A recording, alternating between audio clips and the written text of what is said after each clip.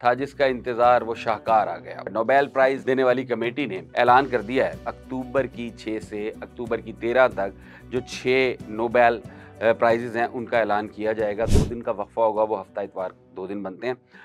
11 और 12 अक्टूबर 6 तारीख से ये सिलसिला शुरू होगा और इसमें जो सबसे पहले दिन 6 तारीख को ऐलान किया जाएगा वो मेडिसिन और फिजियोलॉजी के इनाम का ऐलान किया जाएगा नोबेल प्राइज़ का।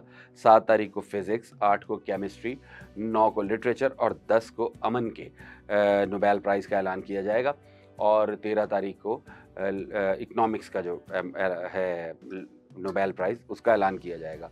पाकिस्तान के लोगों को बल्कि सारी दुनिया के लोगों को उमूमी तौर पे नोबेल में जो दिलचस्पी होती है वो पीस प्राइज़ में होती है, अमन के इनाम में होती है। अगरचे जो पढ़ने लिखने वाले लोग हैं, जो इस दुनिया के असल में कारआमद लोग हैं, उन्हें फ़िज़िक्स, केमिस्ट्री और मेडिसिन से दिलचस्पी होती है, लेकिन आमियों के लिए, हमारे जैसे लोगों के लिए दिलचस्पी उमूमी तौर पे होती है अमन के पीस प्राइज़ में, चूँकि उसे हम अंडरस्टैंड करते हैं। इवन लिटरेचर को भी हम अंडरस्टैंड नहीं करते।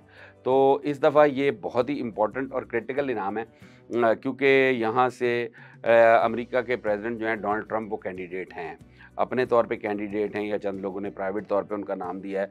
उनका कहना ये है कि उन्हें नोबेल प्राइज़ मिलना चाहिए, अमन का नोबेल इनाम मिलना चाहिए। वज़ीर आज़म पाकिस्तान भी ये बात कह चुके हैं कि डोनाल्ड ट्रंप को नोबेल पीस प्राइज़ मिलना चाहिए और वो क्लेम करते हैं कि उन्होंने ईरान और इसराइल की जंग ख़त्म करवाई, पाकिस्तान और इंडिया की जंग ख़त्म करवाई, उसके बाद आर्मीनिया और अज़रबैजान के दरमियान जो कॉन्फ्लिक्ट था उसे ख़त्म करवाया, अमन की राह हमवार की।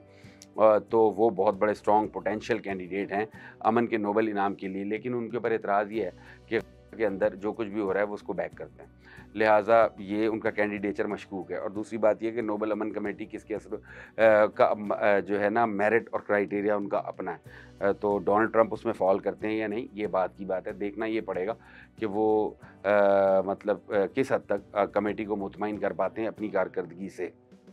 अगर आगे आएँ तो दूसरे जो पोटेंशियल कैंडिडेट हैं वो है सूडान का प्रेसिडेंशियल ऑफिस, ओवरऑल जो सेक्रेटेरिएट है, जिसने जनूबी और शुमाली सूडान के दरमियान होने वाली जंगबंदी में अहम तरीन किरदार अदा किया और सूडान में कहत जो है उसके बढ़ने को रोका।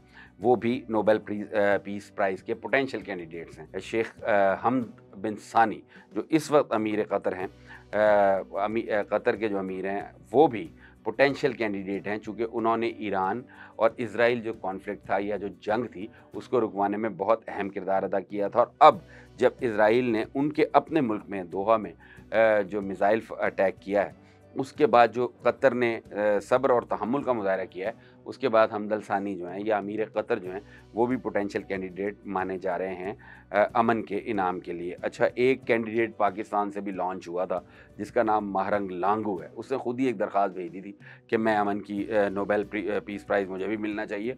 और फिर वो एप्लीकेशन भेजने के बाद सोशल मीडिया पे शोर व शराबा भी शुरू कर दिया था, शोर व गौगा भी शुरू कर दिया था कि मैं नोबेल पीस प्राइज़ के लिए नॉमिनेट हुई हूँ।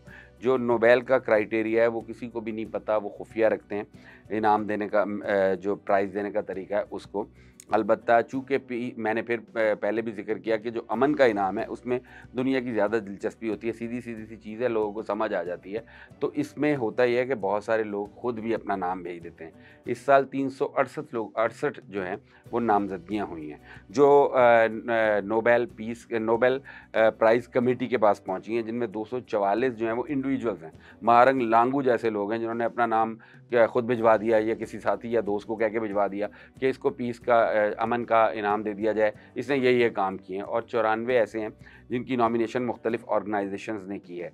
इन 94 में जो सबसे स्ट्रॉन्ग कैंडिडेट जो मतलब ऑर्गेनाइजेशन की अगर बात की जाए तो एक से ज़्यादा लोग हैं और वो सूडानी जो है प्रेसिडेंशियल ऑफिस उनका जो प्रोफाइल है वो सबसे बड़ा है और उनकी कारकर्दगी को भी सबसे ज़्यादा अहम करार दिया जा रहा है, चूँकि वहाँ सूडान में खाना जंगी भी रोकी गई है और कहत से भी बचाया गया है सूडान को। तो अब देखते हैं 10 तारीख को ये ऐलान होना है, उस जुमे वाले दिन अक्टूबर की 10 तारीख को ऐलान होगा। ये 5वां प्राइज़ होगा। नोबेल टोटल 6 होते हैं, ये 5वां प्राइज़ होगा, इकनॉमिक्स से पहले मिलेगा। उसके बाद अगर हम बात करें साइंसेस की तो मेडिसिन के शोबे में कुछ पता नहीं है फिजियोलॉजी में और मेडिसिन में कि वो किसको इनाम देने जा रहे हैं। बहुत सारे लोगों का काम है अगरचे इस शोबे में, लेकिन इनाम का हकदार कौन बनेगा ये सिर्फ कमेटी ही जानती है। फ़िज़िक्स की अगर बात की जाए तो फ़िज़िक्स में जो है टोपोलॉजिकल फ़िज़िक्स और क्वांटम फ़िज़िक्स में बहुत ज़्यादा काम हुआ है, बहुत ज़्यादा काम हुआ है गुज़िश्ता 1 बरस के दौरान। 1 बरस के दौरान नहीं, क्वांटम फ़िज़िक्स के ऊपर पिछले 2 दहाइयों से ही काम हो रहा है और 3 नोबेल प्राइज़ पहले क्वांटम फ़िज़िक्स में मिल चुके हैं। तवक्को ये की जा रही है कि added with the topological physics इस दफ़ा भी इसी शोबे में काम करने वाले 2 से 3 अफ़राद या 4 भी हो सकते हैं जिनको ये प्राइज़ मिले। अगर केमिस्ट्री की हम बात करें तो केमिस्ट्री के अंदर इस दफ़ा जो काम हुआ है, गुज़िश्ता बरस जो सबसे ज़्यादा काम हुआ है और जो वो डेविड बेकर, डेमिस हैज़ेबल और जॉन एम जम्पर ने किया है और कंप्यूटेशनल प्रोटीन डिज़ाइन जो है उसके ऊपर काम किया है। इनके साथ माइकल गैरेट्स भी हैं और जिन्होंने एडवांसमेंट ऑफ सोलर सेल्स इसके ऊपर काम किया हुआ है, यानी कंप्यूटेशनल ऑफ डीएनए और सोलर सेल्स के ऊपर केमिस्ट्री में इस दफ़ा जो रवां बरस काम हुआ है उसको सबसे मुहय्यरुल अक़ूल करार दिया जा रहा है। और ये लोग भी, ये 4 लोग जो हैं, ये पोटेंशियल कैंडिडेट हैं नोबेल प्राइज़ के केमिस्ट्री में। अगर लिटरेचर की बात की जाए तो हंगरी के एक ऑथर हैं, उनका नाम आ रहा है, एक मोरक्कन ऑथर हैं जिनका 5-6 साल से नाम आ रहा है।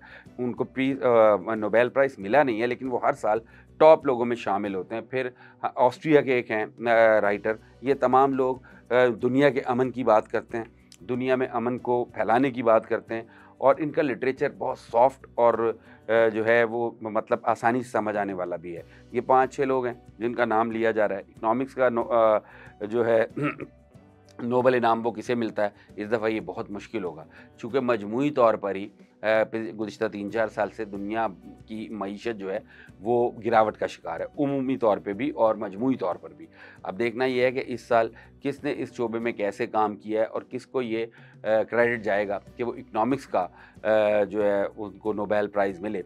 चूँकि एशिया में बिल्कुल कोई काम नहीं हुआ, जैसे पहले ग्रामीण वाले वो जो थे इसके बांग्लादेश के ग्रामीण बैंक वाले मोहम्मद यूनुस, जो इस वक्त उनकी गवर्नमेंट को बांग्लादेशी जो हुकूमत है उसको हेड कर रहे हैं, वो अपने स्मॉल जो लेवल के जो कर्जाजात थे जो उन्होंने दिए थे अपने हाउस होल्ड कर्जाजात बंगाली औरतों को, और जिससे बांग्लादेश की इकॉनमी फ्लरिश की थी और आगे बढ़ी थी, इस तरह का काम एशिया में कहीं नहीं हुआ। फ़िलिपीन में थोड़ा बहुत काम हुआ है। फ़िलिपीन में इकॉनमी के ऊपर स्मॉल स्केल के ऊपर आम आदमी की हद तक काम किया गया और इंडोनेशिया की इकॉनमी जो है उसने काफ़ी फ्लरिश किया है। इकॉनमी के हवाले से अगर बात की जाए तो इंडोनेशिया से या टू सम एक्सटेंट फ़िलिपीन से ये इनाम किसी बंदे को दिया जा सकता है और ये भी मुमकिन है कि ये इनाम किसी ऐसे इकोनॉमिस्ट को मिले जो हम सब के लिए ही एक हैरानकुन बात हो।